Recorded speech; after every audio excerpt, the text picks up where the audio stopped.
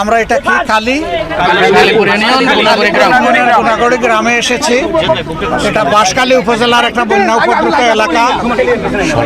আমরা যে জায়গায় এসেছি এখানে হিন্দু সম্প্রদায়ের লোকেরাই বেশি বসবাস করেন, তবে সবাই মিলেমিশে এখানে আছেন। আমরা এখানে এসে যা জানতে পারলাম, বাঁশখালীর দক্ষিণাঞ্চল আরো বেশি ক্ষতিগ্রস্ত, পশ্চিমাঞ্চলও ক্ষতিগ্রস্ত। আমরা যেতে পারবো কিনা জানি না, আমরা যতদূর সম্ভব যাব। তারপরে এখান থেকে আবার আমরা একটা সাতকানিয়া যাব। আবার চট্টগ্রাম মহানগরে অনেক অংশ খুব খারাপভাবেই প্লাবিত, সেগুলো আমরা দেখব। আমাদের এখানে আসার মূল উদ্দেশ্য হচ্ছে চিত্রটা স্বচক্ষে দেখা, মানুষ কতটা কষ্টে আছে, বন্যার ভিতরে মানুষ বসবাস করছে কিভাবে, খাচ্ছে কি, থাকছে কোথায়, এই বিষয়গুলো আমরা স্বচক্ষে দেখার জন্য এখানে এসেছি। আমাদের সাথে এখানে এই আসনের আপনাদের নির্বাচিত এমপি জনাব জহুরুল ইসলাম সাহেব আছেন। তারপরে আমাদের এই অঞ্চলের কেন্দ্রীয় নেতা জনাব মোহাম্মদ শাহজাহান আছেন। আর সাতকানিয়া লোহাগাড়ার এমপি জনাব শাহজাহান চৌধুরী আছেন। চট্টগ্রাম মহানগরী আমির জনাব নজরুল ইসলাম সাহেব সহ আরও অনেকেই আছেন।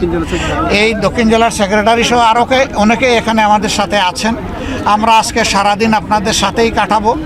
এখান থেকে কাটিয়ে আমরা ইনশাআল্লাহ রাত্রে ঢাকার দিকে ফিরে গিয়ে দল হিসাবে আমরা কি করতে পারি এলাকার মানুষের জন্য, এটা যেমন চেষ্টা করব, সরকারকে আমরা কি বলতে পারি এই এলাকার মানুষের দুঃখ দুর্দশা লাঘবের জন্য, সেই ব্যাপারে আমরা ভূমিকা রাখব।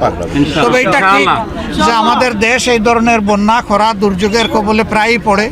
এখানে ধৈর্যটাই বড় বিষয়, সবাইকে ধৈর্য ধরতে হবে। দেশটা আমাদের সকলের, সরকার চাইলেও রাতারাতি সব দুঃখ দূর করতে পারবে না, কিন্তু সরকারের দায়িত্ব আছে, সরকার দায়িত্ব অস্বীকার করতে পারে না। এই জন্য সরকারের সর্বোচ্চ অগ্রাধিকার দিয়ে এখন যাতে বন্যা কবলিত এলাকা, বিশেষ করে 4টা বিভাগ, চট্টগ্রাম, তারপরে সিলেট, ময়মনসিংহ এবং রংপুর, এই 4টা বিভাগ বেশি ক্ষতিগ্রস্ত। আমরা সরকারের কাছে এখান থেকেই দাবি জানাচ্ছি যে সরকার যেন সর্বোচ্চ গুরুত্ব দিয়ে অগ্রাধিকার দিয়ে এই এলাকাগুলোকে দেখে।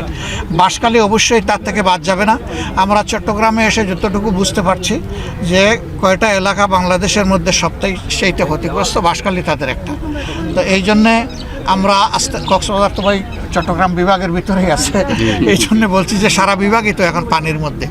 ওই শুধু কক্সবাজার কেন, ওইদিকে বান্দরবনও তো ক্ষতিগ্রস্ত দারুণভাবে, অনেকগুলোই ক্ষতিগ্রস্ত। পাহাড় দশে 33 জন মানুষ এ পর্যন্ত মারা গেছেন। আমরা তাদের প্রতি গভীর শোক এবং সমবেদনা জ্ঞাপন করছি, তাদের আত্মার মাগফিরাত কামনা করছি। আমরা এই পরিবারগুলোর পাশে দাঁড়াবো। আজকে এখান থেকেই আমরা আল্লাহর উপর ভরসা করে ঘোষণা দিচ্ছি যে প্রত্যেকটা ক্ষতিগ্রস্ত ব্যক্তির জন্য পরিবারের হাতে আমরা 50,000 টাকা করে ছুলে দেবো আমাদের সংগঠনের পক্ষ থেকে। আলহামদুলিল্লাহ, এটা কোনো সরকারি টাকা না, আমাদের কর্মীরাই এই ধরনের বিপদে আপদে মানুষের পাশে এসে দাঁড়ায়। ওই তাদের দেওয়া অনুদানগুলোই আমরা এই সমস্ত পরিবারের হাতে পৌঁছে দেব।